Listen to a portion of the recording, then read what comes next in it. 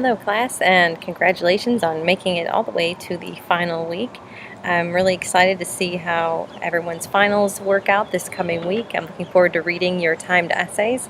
I wanted to just go over a couple of things just to remind you of what's going on. These last three assignments are rather big, 3 and possibly 4, so I'll make sure that we're all on the same page with that. So by now you should have all gotten some feedback from me on your rough draft for your subject analysis research paper.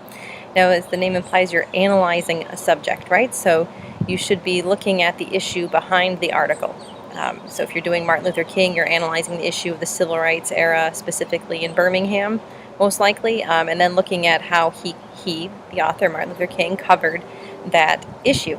Was he effective? Was he ineffective? Where do you see his effectiveness specifically? I've left notes on everyone's paper.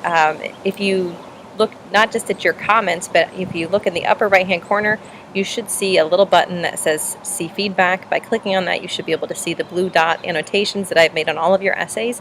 If you remember back to the beginning of the class, the beginning of the semester, you had a blue dot assignment where you had to find a blue dot, and the blue dot was attached to a comment about the name of a movie or something along those lines that you had to submit.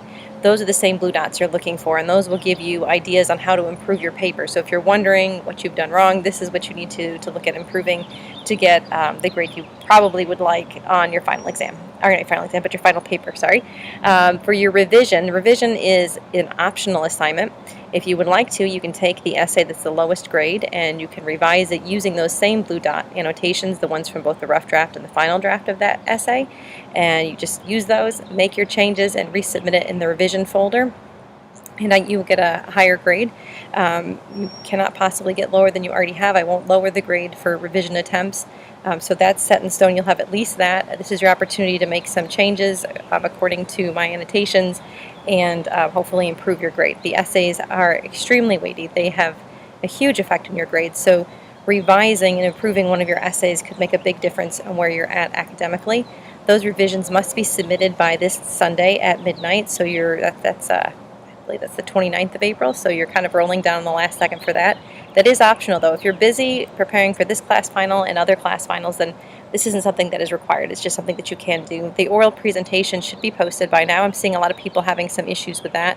There is a button on the bottom left-hand side. Once you click reply in that folder, that discussion board, click the folder with the little paper clip on it for attachment, and you should be able to upload a PowerPoint. You need to be in Google Chrome. If you're not in Google Chrome, you will have issues.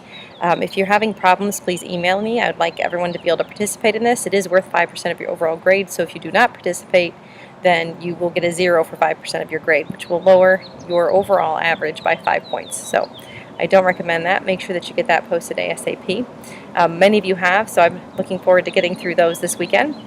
For the final exam, hopefully you watched my last video where I talked about the final exam.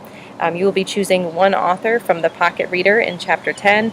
It's the argumentative section where you'll be analyzing that author's argument and explaining why this is the most effective writer in the pocket reader. It's very similar to your oral presentation, but a little bit more in depth. So you'll have a timed limit of 2 hours to get this done. You'll be able to have your book with you, so you're taking it through HonorLock, and they will be videoing you and getting a view of the room, but they understand that you're allowed to have the pocket reader and OneNote card, and there's nothing else that you're allowed to have.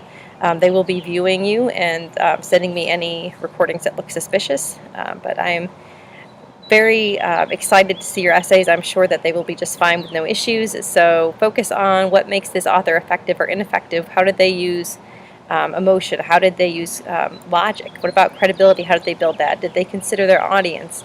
Did they think of how to cater their argument to best sway their audience? Is their thesis clear? There's a list of 4 things on page 296 in the pocket reader that talks about what makes an effective argument. So look that over and think about emotion, credibility, and logic in those 4 items and use those ideas to analyze your chosen author. So this time, if you were to choose Martin Luther King from Chapter 10, you would be analyzing just the effectiveness and not the issue behind it.